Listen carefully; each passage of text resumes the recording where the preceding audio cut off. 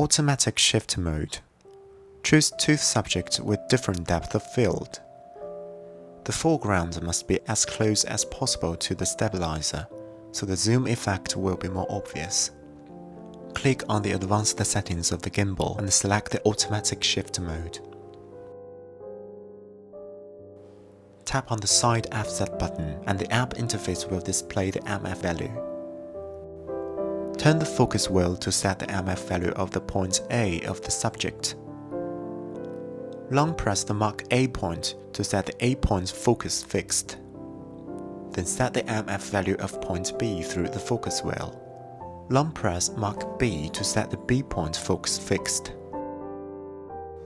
While recording, tap on Mark A and Mark B to switch the focus of the subject.